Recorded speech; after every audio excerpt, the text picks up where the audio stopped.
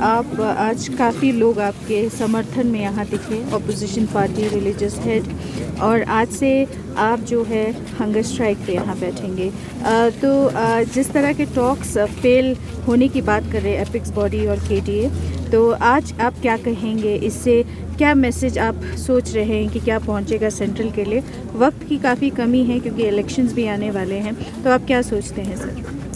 जी, मैं यही सोचता हूँ कि लद्दाख का जो हक है, लद्दाख के साथ जो वादा किया गया है 6 शेड्यूल अलग अलग मिनिस्ट्रीज़ के मीटिंग्स में और मैनिफेस्टोज़ में 2019-2020, तो हमारे सरकार और रूलिंग पार्टी ने वादे किए हैं लद्दाख से, तो वो वादा उन्हें निभाना चाहिए। नहीं तो उनके माथे पर भी एक कलंक रहेगा कि वो सच्चे नेता नहीं हैं। वो मतलब बेईमानी के बराबर होगा अगर आप किसी को वादा करते हैं और फिर उस पे मुकर के आप कुछ का कुछ देने की बात करते हैं। जैसा मैं कह रहा था कि ये एक चेक जो दिया गया था 6 शेड्यूल आपको हम देंगे, वो कैश करते समय बाउंस हो गया। तो इसका हम नेताओं को, केंद्र के और यहाँ के सबको याद दिलाना चाहेंगे कि अभी भी वक्त है कि वो वचन पर खरा उतरें और एक अच्छे ईमानदार दल और नेता के रूप में भारत में लोगों के सामने आएं। नहीं तो ये एक बहुत बड़ा कलंक रहेगा। आगे चुनाव हैं, तो चुनाव में कोई भी राज्य, कोई भी नागरिक विश्वास नहीं कर पाएगा उनके वादों पर। जो लद्दाख के साथ हुआ वो हर एक के साथ हो सकता है, ऐसा लोगों को लगेगा। तो मैं समझता हूँ कि ये हमारा भी दायित्व है। अगर कोई वादा तोड़ता है तो वादा तोड़ने वाले की तो गलती है ही, मगर जो वादा ले भी नहीं पाता है, वचन दिया है उसका अमल नहीं ले पाता है, उस पर भी धिक्कार है कि वो चेक लेके बाउंस भी हुआ और ख़ामोश भी रहा। तो जुल्म और गुनाह है जुल्म करना, मगर जुल्म सहने वालों की भी गुनाह है अगर वो चुपके से सहें। तो हम तो ज़्यादा किसी और पे जुल्म नहीं करेंगे, हम किसी को अगवा नहीं करेंगे, किसी को टॉर्चर नहीं करेंगे, हम खुद को टॉर्चर करेंगे। यहाँ के लोग, लद्दाख के लोगों के साथ हम 21 दिन के वक्फे में, चरणों में आमरण अनशन पे जाएंगे। अब देखते हैं, ये चुनाव की घोषणा तो मतलब उनके ज़मीर तो अलग है, चुनाव का घोषणा तो एक व्यावहारिकता है, मगर मैं उनके ज़मीर से, जो उनकी अंदर का मन है, उनसे गुहार लगाना चाहता हूं कि आप कैसे रात को सो पाएंगे अगर आपने ऐसा वादा किया है लद्दाख के लोगों के साथ और आप उस वादे को तोड़ते हैं, मतलब सरासर मुकर जाते हैं, तो शायद आपको भी नींद नहीं आएगी। और अगर कुछ कर्मों का फल होता है तो वो फल अच्छे नहीं होंगे। इसलिए मैं नहीं चाहूँगा कि उनको बुरे फल मिले। इसलिए तरीका ये है कि वादा निभाएं, जो सत्य का रास्ता है उस पे चलें। जैसा मैं कहता हूँ, रघुकुल रीति सदा चली आए, प्राण जाए पर वचन ना जाए। तो ऐसे सरकार से जो राम के भक्त हैं, मैं उम्मीद करूँगा कि वो राम के आदर्शों के भी भक्त हैं, ना सिर्फ फिर उनकी। नहीं तो लोग सोचेंगे कि वो राम को सिर्फ चुनाव में इस्तेमाल कर रहे हैं, यूज़ एंड थ्रो हो रहा है। अगर वो आदर्शों पे भी चल के दिखाएंगे तो सच में मैं उनका भक्त बनूंगा, मैं खुद।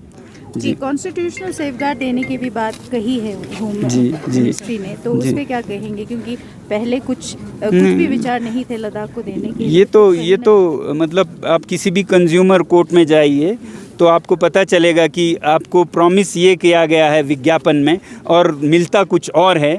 तो एक उपभोक्ता का हक है, कानूनी हक है कि वो वही ले जो उसको वादा किया गया था। आपने घोड़ा वादे किए और हमें गधा मिले और हम चुप ही रहें, तो ये हमारी भी कमज़ोरी होगी और धिक्कार होगा।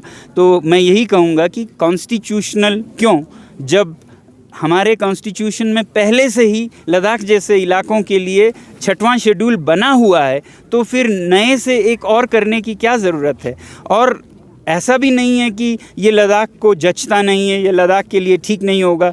अगर नहीं होता तो आप चुनाव में वादा नहीं करते, 19 में 20 में 2 साल किए, इसका मतलब है आप सोच समझ के वादा किए हैं।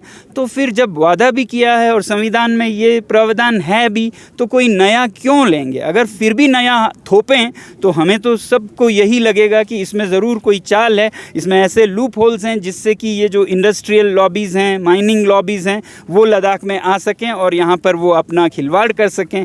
वरना ऐसा कोई क्यों करेगा जब आपके दुकान में वो सामान है भी और आपने वादा भी उसी सामान का किया है, फिर वो ना दे के कुछ और दें तो फिर आपकी नीयत पे शक होगा।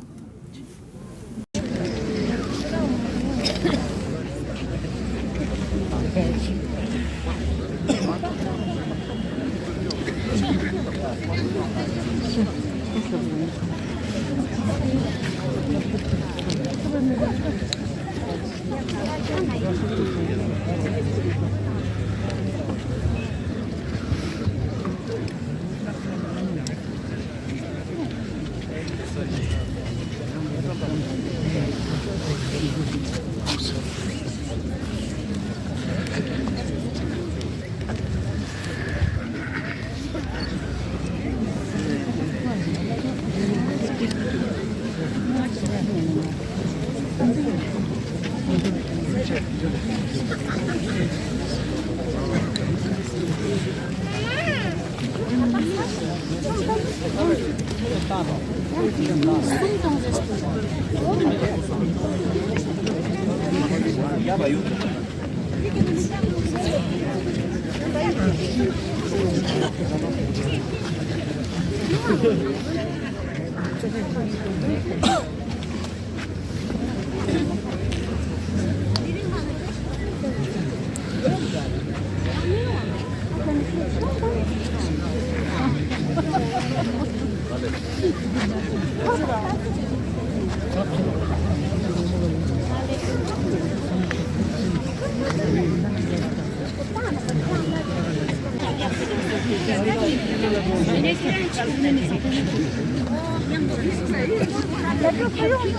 있어요.